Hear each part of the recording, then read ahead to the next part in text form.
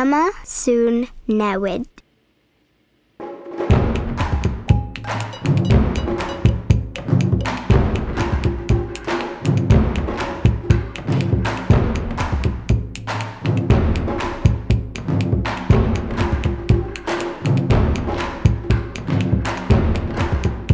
O Fawrth 21/2022, bydd y gyfraith yng Nghymru yn newid I amddiffyn ni a'n hawliau. Bydd dim hawl gan unrhyw un I ddefnyddio cosbi corfforol o unrhyw fath fel smacio I ddisgyblu ni.